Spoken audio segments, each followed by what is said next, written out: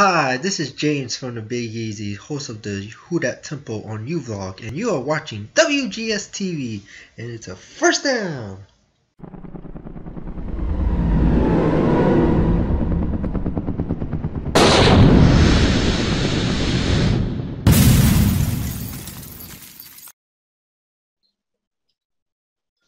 Hello everyone, welcome to another installment of WGS-TV right here on youtube.com/WrestleGamer and ZFXTV.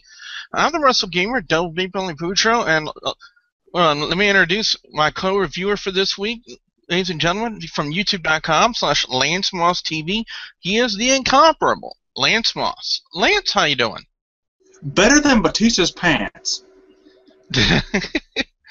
Well, if you guys want to know what we're talking about, well, we're talking about the Monday Night Raw review for the week of March 24th, 2014. Now, in this opening segment, we had Stephanie McMahon promoting the not only the main event match for WrestleMania in a sense, but also the Triple H Daniel Bryan match, which then prompted Randy Orton, followed up by Batista, to come out, and woe, the perils of the skinny jeans, Lance.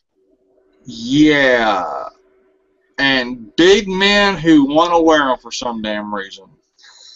Yeah, it really doesn't make any sense to me. I don't know if it makes any sense to any of you guys out there currently watching this. If you want to weigh in on this, just put your comments in the comments section below.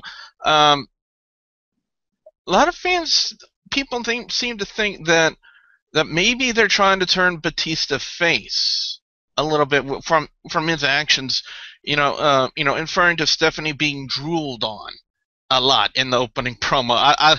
I don't know if I would go that far, but because there've been rumors throughout the years about Stephanie McMahon. We're not going to talk any bit about them, but and we all know what Chris Jericho has said about her before. In promos. Yeah, for years we've heard that. But after they cut the promo, Batista ends up spearing Randy Orton and holding the title belts with his jeans still ripped. So, don't know. Really don't know about that one. I have a question for him out there. Why do you think Randy Orton was laughing? The tearing Batista's pants or Stephanie slapping the shit out of him? Which one was it?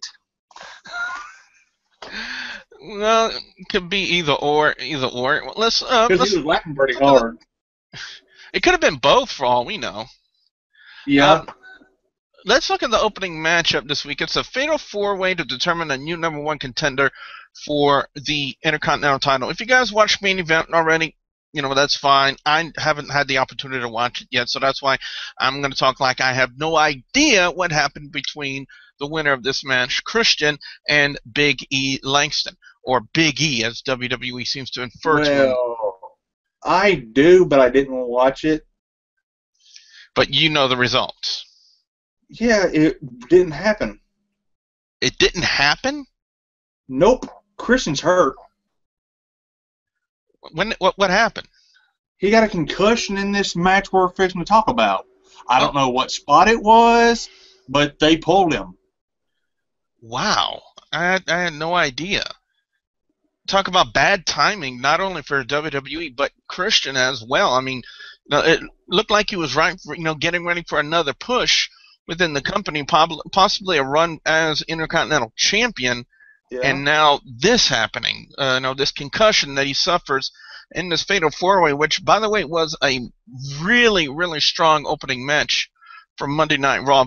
Very entertaining. It's Christian, Sheamus, Alberto Del Rio, and Dolph Ziggler with Big E at ringside.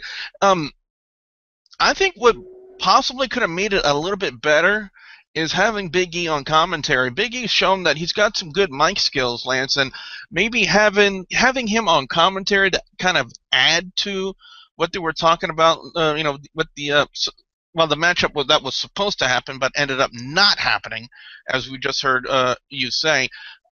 I think it would have added to it, made more use of Big E than just having him sit out there watching all the action. Wouldn't you agree? Yeah, but I guess they're giving him the old walks tall and or speak softly and carry a big stick or something kind of moniker. They don't want him talking or something. Maybe I don't know. Maybe that's why they didn't put him on commentary. Maybe. Yeah, but other than that, this was indeed a really great opening match for Raw, especially with Christian earning the #1 contendership. I had figured that possibly if he could get healed up in time, maybe for the first time, I want to say in 4 or 5 years, the Intercontinental title being defended on WrestleMania. Well, you know what? I really can't count Miz and I think it was Wade Barrett that was the champion. That was technically at Mania. Yeah, technically, but it was on the kickoff show. Yeah. Yeah, and I still say to this day, it's absurd to defend a championship, one of your major championships, on a kickoff show. Yeah. That's my personal opinion about it. Up next, we had yet another Wyatt family vignette promo of sorts regarding John Cena, and especially with Luke Harper and his matchup with John Cena that happens later in the night. I gotta say, now that they started letting Luke Harper kind of add to the vignettes and the promos of the Wyatt family, instead of having Bray Wyatt being just the main mouthpiece, I think, to me, it doesn't hurt the gimmick, Lance. I think it adds to it. Yeah. I mean, yeah, it's kind of like cooking. Yeah, you got your big old juicy porterhouse steak. You cook it right, yeah, it's good. But sometimes you just got to have a little seasoning on there, and Harper is being said seasoning. All right, and again, guys, if you have any comments out there you would like to make or questions to ask us, just be sure you do it in the comment section below, and we will answer any of your comments or questions here on the review. Now, when we get to that Luke Harper John Cena match, I got something to say that many fans might not like. Just a fair warning. Fair warning. Let's go to now. With the partnership with Scooby-Doo and the WWE, with the release of that Scooby-Doo WrestleMania thing, I guess WWE saw fit to, in a smart business tactic to kind of promote it by having Scooby-Doo walk out there with Sin Cara out of the Mystery Machine, something I thought I would never see in my days as a wrestling fan. It's kind of hard to react to it. And then Damien Sandow getting beat by Sin Cara. Yeah. What else can we say? They took the cheap way out. Pretty much. That's all we can say about that. Los Matadores with El Torito taking on RybAxel. More of the focus in this matchup was the appearance of the Shield. Yeah. And the Shield wanting to get revenge on the people that beat them down on Friday Night SmackDown the previous week. And they pretty much ended up doing that, especially with just their mere presence alone there caused enough of a distraction for Curtis Axel to get rolled up and get the victory. And then the Shield commenced to just totally annihilate RybAxel. So, yeah. Are there people out there, do you think, Lance, that still say that the Shield is a tweener instead of a complete face? Well, I can see that argument because they don't exactly do a whole hell of a lot of face stuff. They just quit beating up on the good guys. Yeah. That's basically it. So I can see where they're coming from. Oh, definitely. Next up, Triple H has a sit-down interview with Michael Cole. Then he talks about the beginning of the reality era.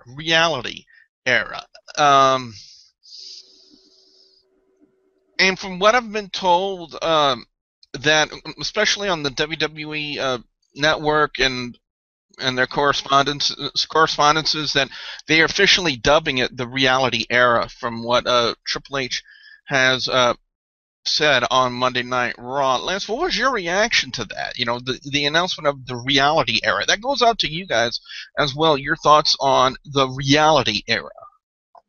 This has to be said. PG is dead! I think a lot of fans will probably be happy about that, and a lot of fans haven't been happy to as of late with the product and what WWE has had to offer.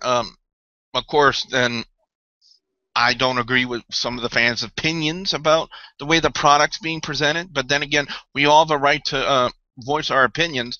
The only difference is, you know, this is my YouTube channel. Yeah.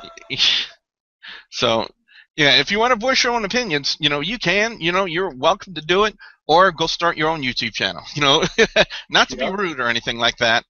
But when I heard Triple H say reality era, the first thought that came to my mind is, what does that mean? What does it mean for the WWE to be in the reality era? You know, are they stopping all the outrageous characters, you know, like Sin Cara, you know, Los Matadores with El Torito, Bad News Barrett? You know, what route are they going to go from here when it comes to the reality era? You know, we've had, you know, the Attitude Era, the Golden Era, the Attitude Era, the Aggression Era, the early 2000s, what people call now the PG Era, and now Triple H on Monday Night Raw coining the reality era. So where does WWE go from there, Lance?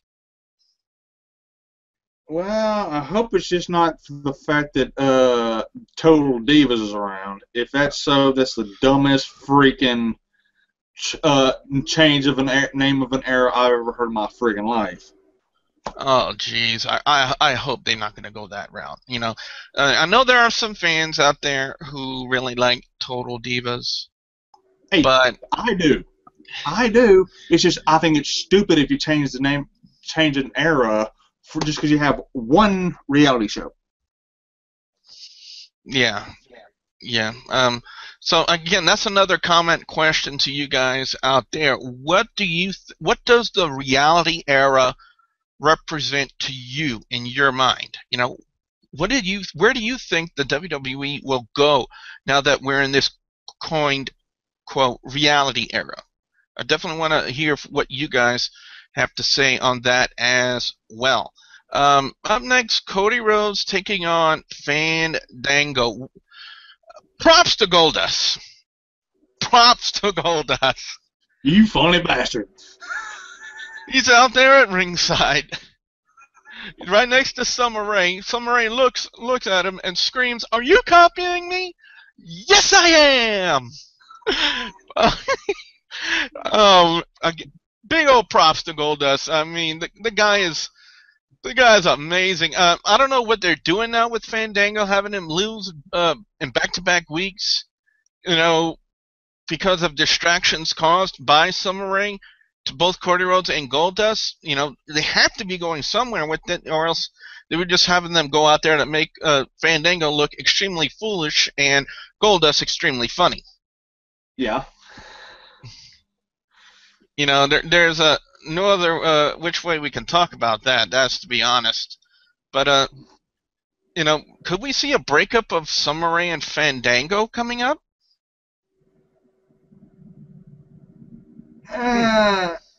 Maybe, but I kind of see that a little highly unlikely at the moment. A little bit of tension between them, yes. But full breakup, it is going to be a month or two before we at least start to see a full breakup or something.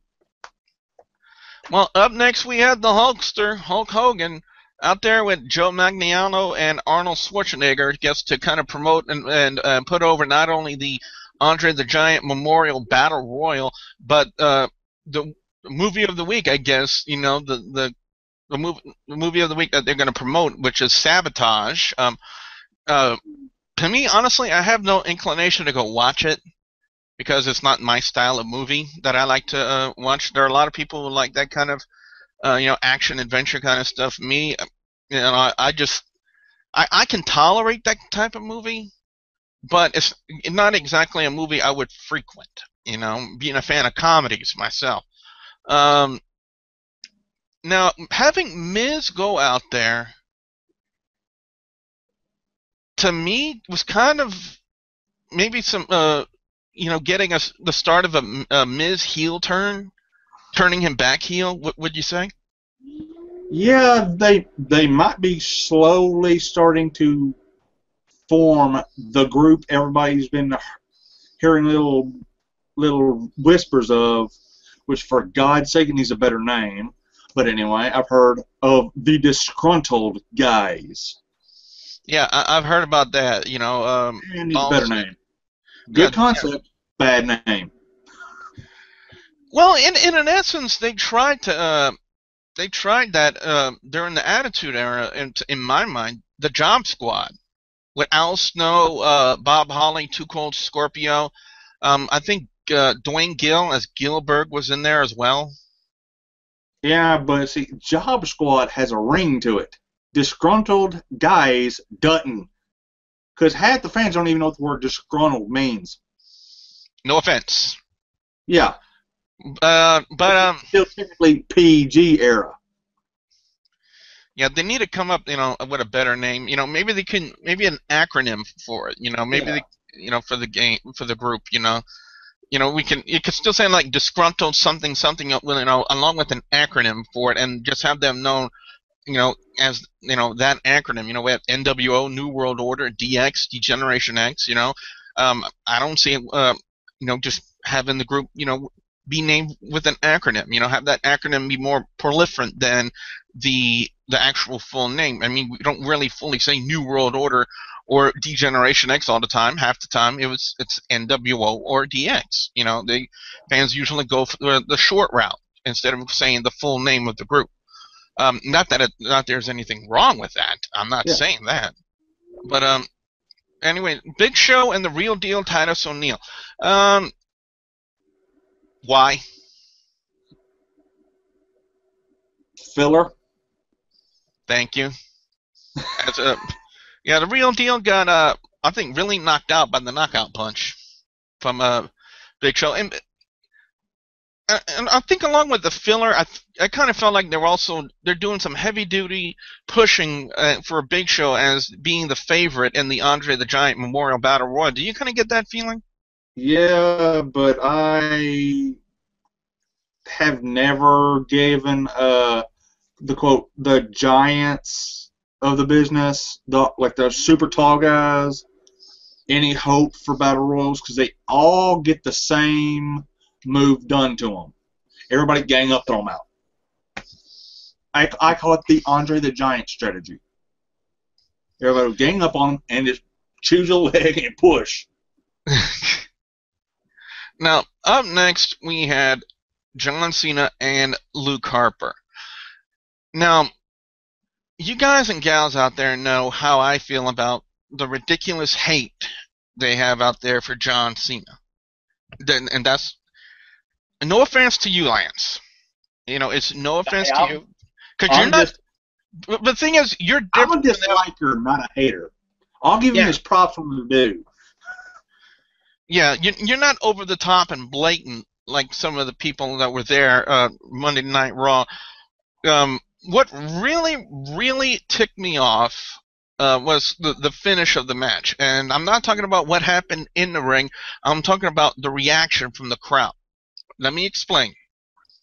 Cena picks up Luke Harper for the AA. By the way, this was a phenomenal match. Cena picks him up for the AA. The lights go out, and when the lights come back on, John Cena is tied up in the ropes wearing Eric Roman's sheep mask, which I'm pretty sure he was very upset about because it's probably my mask. You can't have that. And next thing you know, the Wyatt family is just surrounded with them, and Bray Wyatt's in the back saying, something along the lines of, this is Cena's real face. and starts laughing and then does the follow the buzzards. What ticked me off was the reaction of the crowd, chanting, "This is awesome." I just don't. I feel if they're referring to the build they're doing with Cena and Bray Wyatt, then I agree with them to a certain point. That yeah, they're doing a good job building it between these two for WrestleMania. But if they're referring to the fact that Cena was tied up in the ropes wearing a sheep mask, with the Wyatt family laughing at him around ringside, what was awesome about that? And also, fans chanting, "You can't wrestle." I hate to break it to you, but you can't wrestle either. And if John Cena can't wrestle, then how the fuck...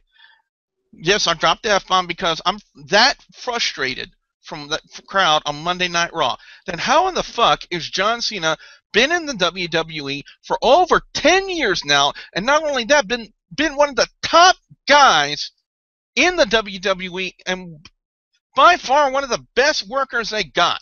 How in the world can John Cena be that guy if he can't wrestle?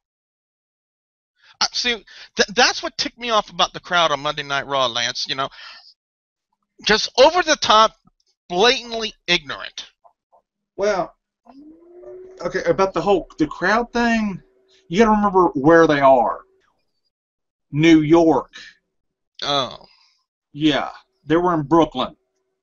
That's almost like, because we both no know offense to anyone out there. No one. There are certain crowds that we know are not going to be exactly Cena friendly. I mean, or the more, or don't go exactly with what WWE wants them to do. They just do what they want to. Yeah. I mean, like, you got places like Chicago, East Philadelphia. Yeah. And they were at one of those places. That explains that why they react like that. Now, I've had some people comment to me about, saying fans have the right to cheer and boo for whoever they want in wrestling today. And yeah, I agree with that. But there's a difference in my mind from cheering for the guy that you want and being over the top, blatantly ignorant to the current situations and whatnot. If you've been booing with all your might for WWE to turn John Cena, do you think WWE is actually going to listen to you when they've ignored you for all this time? I'm going to quote Dean Ambrose on this one. Nope. Thank you. So, anyway, let's move on from there and get on to what happened next with Naomi and AJ Lee. Now, they had AJ Lee take a walk, and Vicky Guerrero approaching her on the stage and makes the announcement of the Vicky Guerrero Invitational, where basically AJ Lee is going to be defending the title against every other diva in the WWE, including Tamina. Yeah. Now, AJ versus the Diva Locker Room. Now, it was a previous night, when we were doing some, another thing I do here on WGS-TV, guys, you can see the playthroughs. And, just last night we did have the opportunity to talk with James. He wasn't happy. I think the main reason he wasn't happy about that is because he wasn't there to actually see it happen. Yeah, I mean, they make a big match because for those who don't know, we call him either the King of the Divas or at HWR, our Divas correspondent. And see, Monday was his birthday. He was off doing something else. They make this match, and he wasn't there to see it. He was not exactly happy. Yeah, definitely. But it's going to be unique, And what I found also unique is the crowd reaction they have when they announced Tamina's name. So one's gonna wonder, are they looking to break up the duo, the tandem duo with AJ Lee and Tamina at WrestleMania by having Tamina win the title? You never know. You never know. They broke up Lady Tapa and Gail Kim, and Lady Tapa, from what I've heard, is gone from TNA. So, anywho, we should get to what happened next with the big announcement of Razor Ramon, a.k.a. Scott Hall, going into the WWE Hall of Fame. One thing I want to know from you guys out there, what are your thoughts on Razor Ramon being the final inductee into the WWE Hall of Fame, as well as you, Lance? What are your thoughts about Razor Ramon going into the Hall of Fame? Okay, everybody knows I'm a huge Shawn Michaels fan. What they don't know, I was a fan of everybody in the clique. So I'm happy. I'm glad that Scott Hall's doing loads better than he was. DDP has got him, has helped him a lot. So yeah, so cool. But one thing fans were bringing it up is, why did they have him announced as just Razor Ramon and not Scott Hall? I think it's because fans of the WWE probably know the Razor Ramon character. If you weren't a fan of WCW during the Attitude Era, then you probably wouldn't have known that Scott Hall was wrestling over there in the NWO. And you probably just know him better by the character Razor Ramon. I can understand WWE's thinking towards that, but if they're just inducting the Razor Ramon gimmick, the character, into the Hall of Fame, some people might have a problem with that. But if they're if they could do Razor Ramon, aka Scott Hall, then I think that would probably be acceptable to the majority of fans out there, Lance. Yeah, I mean, I kind of understand why they didn't go straight Scott Hall, because if we remember why they when they brought in the NWO to the WWE, Scott Hall was less than sober. Yeah.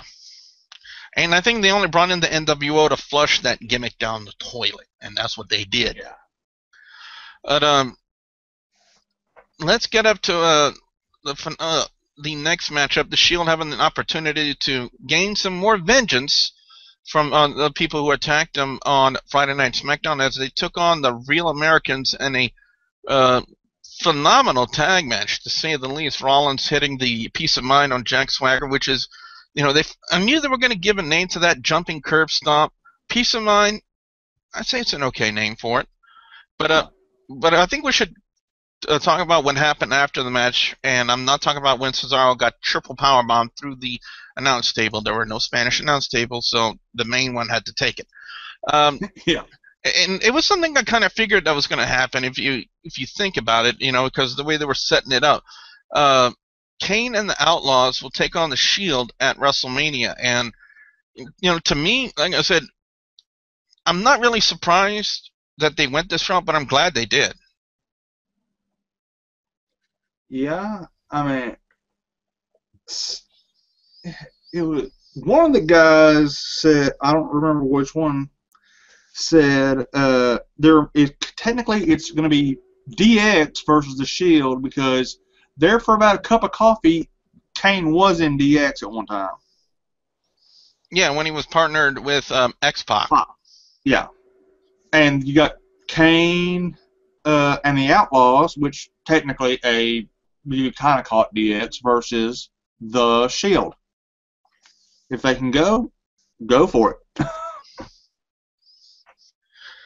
Yeah, I gotta agree with you to that point. But let's talk about the finale of Monday Night Raw.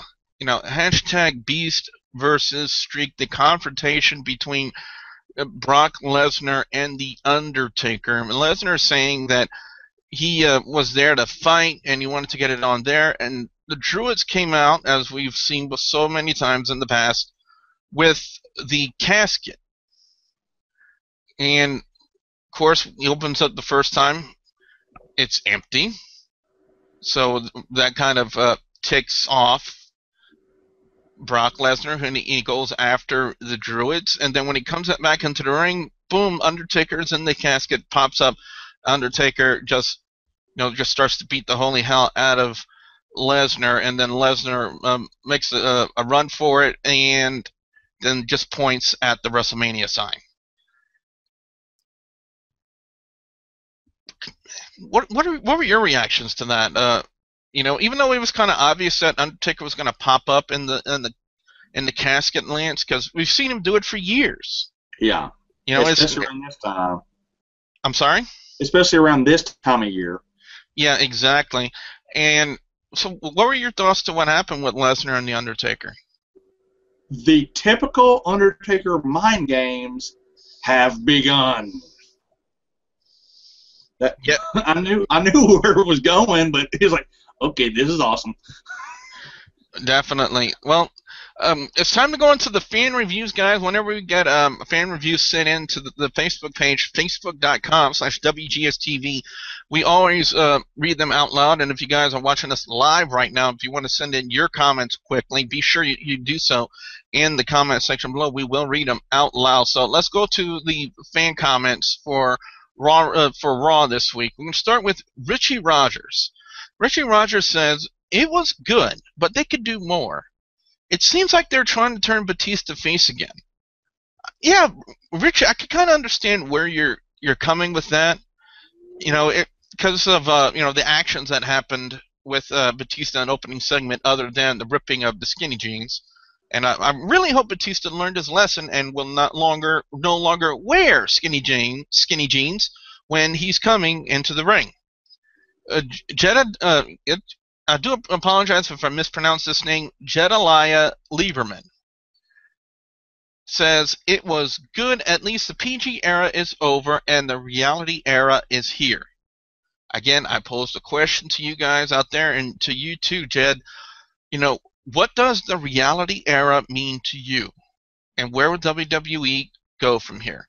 The next comment kind of talks about it a little bit from Love Arnold. And Love Arnold says, "Reality era, does that mean what you get to see is going to be more real than pleasing the families by having it made focused towards the kids more than 70% of the people who watch it who are adults?" Lance, what do you think? That just hit me, and oh my God.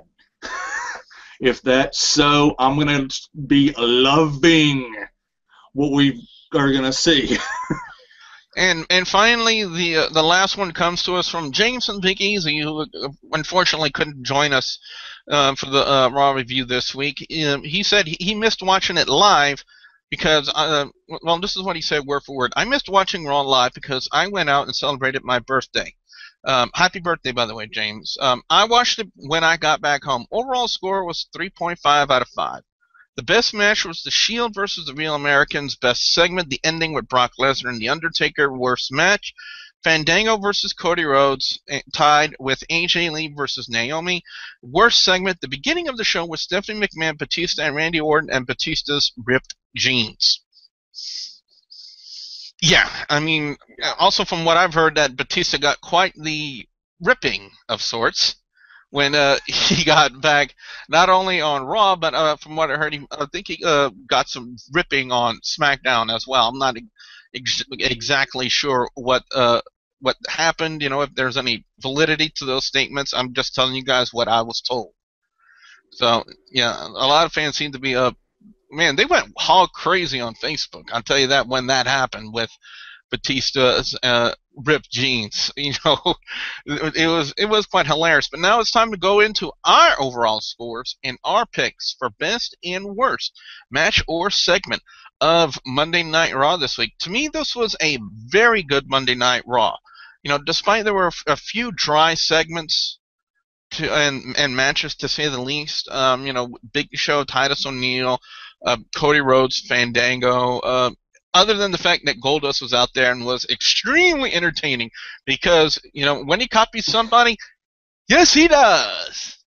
And of course the walk, I don't know if you can even call it a match between Naomi and AJ Lee, with AJ Lee just walking out within a minute. the match starting. But other than that, this was a strong Monday Night Raw. I thought it was, despite the ripped jeans, it was a good opening segment. Overall, I'm going to give it a 3.75 out of 5 for Monday Night Raw this week.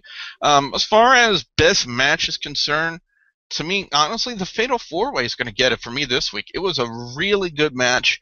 I truly enjoyed it. Like I said at the onset of the review, they could have made it a little bit better by having Big E going on commentary to possibly put over any of the 4 competitors in the match, because I do believe he has the mic skills to do it. But WWE just had him sit out there, holding the Intercontinental title. To me, that was good enough for me. Worst segment. Vicky Guerrero. To me, honestly, some fans might agree with that. With me, anytime I see Vicky, I get the same reaction as when I see Dixie Carter, or whenever I saw Dixie Carter. Just like, why? That's all I can say. Lance, over to you. What's your overall score and your picks for best and worst match or segment of Monday Night Raw? Well, it's like this. Yeah, I gotta agree with you. 3.75. Best match, again, I agree. The 4-way. To me, a change I would have liked, which this is something I wish WWE would have done for a while. I would have changed it to 4-way elimination, but that's just a personal preference of mine. Best segment,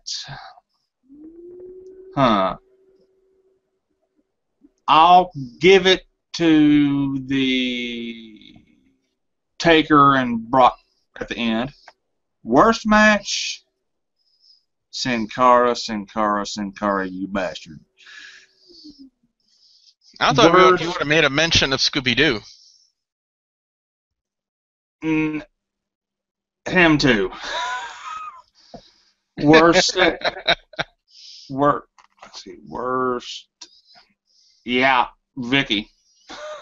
Because Vicky, you could have at least explained to us what in the hell the Invitational is, besides AJ versus the Locker Room. Yeah, there were no specifics to it. Is it a battle royal? Is it a gauntlet? What exactly is the Vicky Guerrero Invitational, other than the people who are in it and AJ Lee defending her title? We didn't get any of those specifics to that. I think that's what kind of hurt the segment. Having Vicky Guerrero announce it is okay for now, but we really need to find out exactly, what are the stipulations that go into the match. How are they going to work this match? Yeah. And one last thing. He's going to kill me for saying this, but happy birthday to the queen of the Divas, James from the Big Easy. Oh, man. What do you want on your tombstone? And I'm not talking about the pizza either. So what we want to know now from you guys out there, the viewers and subscribers, your thoughts about Monday Night Raw this week. What are your overall scores? What are your picks for best and worst match or segment of Monday Night Raw? We definitely want to hear from you guys out there. Be sure you put your comments in the comment section below. Don't forget to like and favorite this video. Lance, what can fans expect to see when they come visit your channel over on youtube.com/LanceMossTV? Album reviews, NASCAR discussion videos, redneck gourmet cooking videos, a little bit of guitar work and whatever else pops in my head. Fans, don't forget to like the Facebook page, facebook.com/WGS-TV, and don't forget to please subscribe to youtube.com/WrestleGamer and youtube.com/ZFXTV Network if you haven't already. So with that, for the incomparable Lance Moss of Lance Moss TV, I'm the WrestleGamer, WB Woodrow, saying thank you very much for watching.